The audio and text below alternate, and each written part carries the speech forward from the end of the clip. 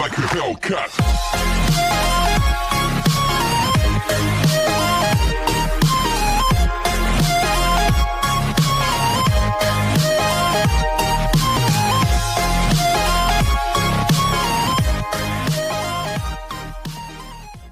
Part 13 की शुरुआत में हम बादशाह को देखते हैं जो कि ट्रेन में जाकर शिया को फाइंड कर रहा होता है।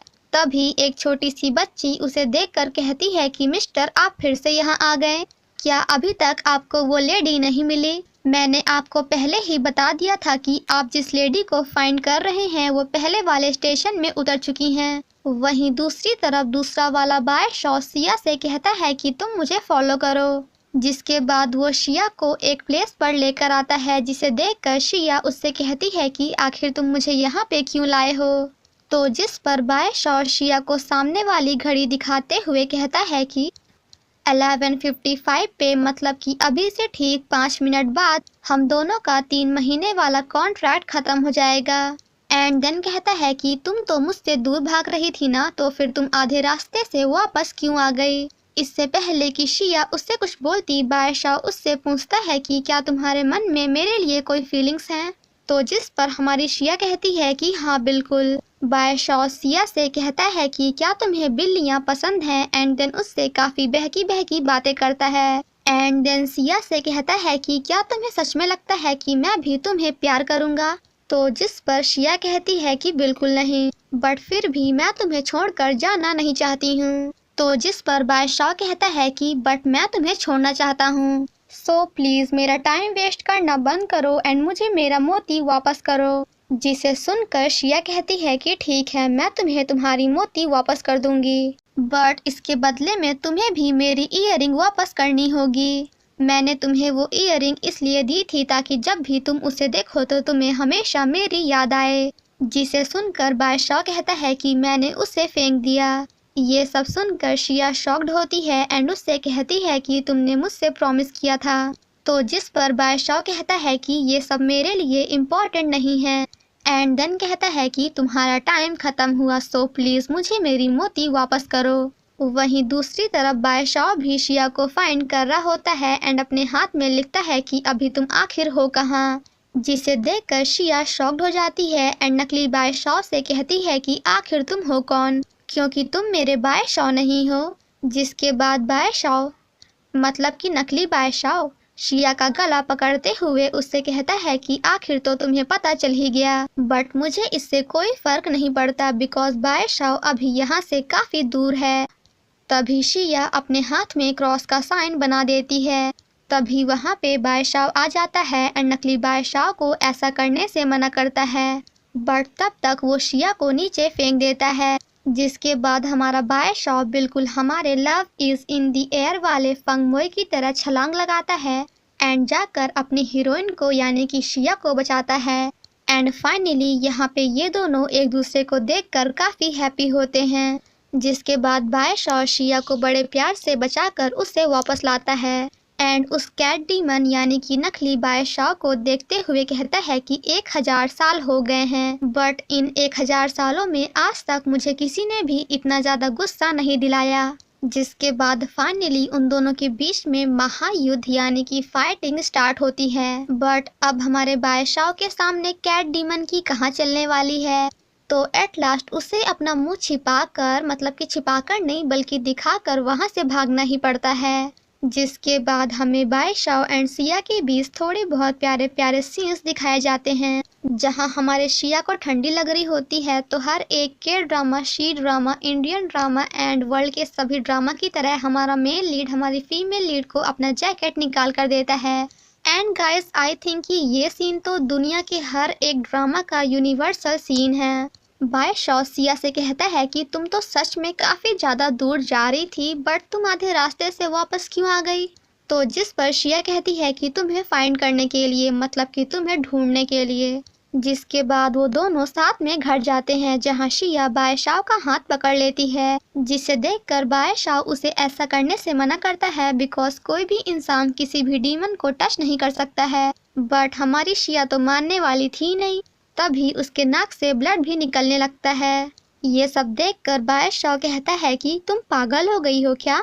जिसके बाद वो शिया को अपने बैग पे उठाता है एंड उससे कहता है कि प्लीज तुम मेरे किसी भी बॉडी पार्ट को टच मत करना। देन नेक्स्ट सीन में हम उन दोनों को साथ में एक ट्रेन के ऊपर देखते हैं जहां वो दोनों आपस में काफी सारी बातें करते हैं। तभी शिया बाय शाओ से कहती है कि क्यों ना हम तुम्हारा बर्थडे सेलिब्रेट करें, जहां हम शी चैन, नान जियाओ एंड काफी सारे लोगों को इनवाइट करेंगे। तभी बाय शाओ शिया को देखते हुए उसे बताता है कि तुम्हारी ईयरिंग कहीं खो गई है, जिसके बाद शिया उसे फाइंड करके उसे पहन लेती है। बाय शाओ शिया से कहता है कि तुम्हारे डैड ने तुम्हारी मॉम को भी नकली गिफ्ट दिया था। शिया कहती है कि तुम्हें कैसे पता कि ये ईयरिंग मेरे डैड ने मेरी मॉम को दिया था। तो जिस पर बाय शाओ कहता है कि क्योंकि आज तुम्हारे डैड वापस आए थे बट वो फिर से वापस चले गए, बट तुम्हारे डैड काफी फिलोसफिकल हैं, वो वैसे बिल्कुल भी नहीं है जैसे मैंने सोचा था।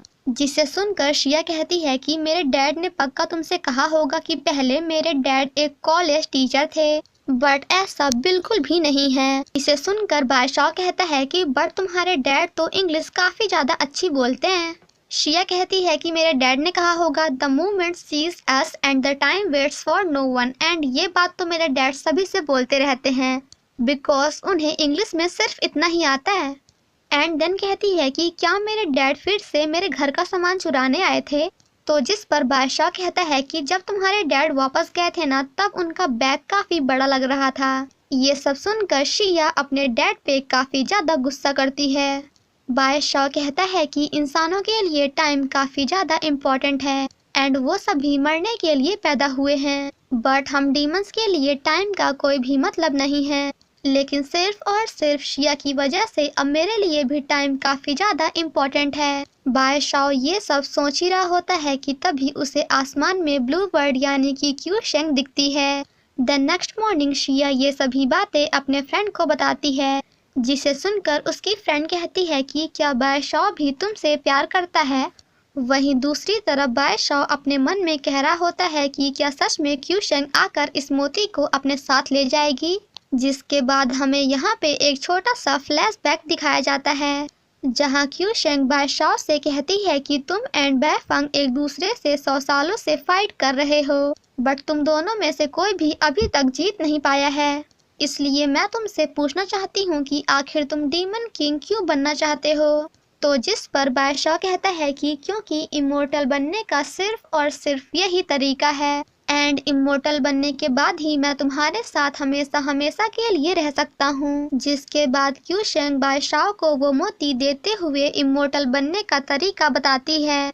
क्यू शेंग के जाने से पहले बाय शाओ उससे पूछता है कि अब हम दोबारा कब मिलेंगे। तो जिस पर क्यू शेंग कहती है कि आज से ठीक 1000 साल बाद जब ये मोती फिर से इस दुनिया में आ जाएगी। वहीं दूसरी तरफ शिया भी सोच रही होती है कि क्या क्यू शेंग के आने के बाद बाय शाओ मुझे छोड़ देगा। वहीं दूसरी तरफ कैट डीमन सोते हुए सपनों में अपने मास्टर को याद करती है एंड उसके मास्टर ने ही उसे ये सब करने के लिए कहा था क्योंकि उसके मास्टर को स्पिरिट बीड यानी कि वो मोती चाहिए। जाओ जिंग जब उस कैट डीमन से बातें कर रहा होता है तभी वहाँ पे शिया की फ्रेंड भी आ जाती है एंड उस कैट डीमन को देखकर वहाँ से भागने की कोशिश करती है, बट जाओ जिंग उसे ऐसा नहीं करने देता है। द नेक्स्ट सीन में हम सभी को जाओ जिंग के घर में देखते हैं जहाँ वो कैट डीमन शिया की फ्रेंड की बॉडी के अंदर चली जाती है एंड उसे कम्प्लीटली अपने कंट्रोल में कर लेती है। जिसके बाद वो शिया को कॉल करके अकेले मिलने के लिए बुलाती है। आफ्टर दैट वो जाकर जाओ जिंग के गाल में खरोंच मारती है। बाय शाओ एंड शिया जब वापस घर आते हैं तो उन्हें पता चलता है कि शिया के डैड तो घर से काफी सारा सामान लेकर जा चुके हैं। तभी बाय शाओ शिया से कहता है कि आखिर तुम्हारा लैपटॉप कहाँ है। और ये सुनने के बाद तो हमारी शिया को अपने डैड पे काफी ज्यादा गुस्सा आता है, जिसके बाद वो उन्हें कॉल करके काफी कुछ सुनाती है। शिया के डैड उसे बताते हैं कि मैंने तुम्हारे लैपटॉप को सेल कर दिया है, मतलब कि मैंने तुम्हारे लैपटॉप को बेच दिया है।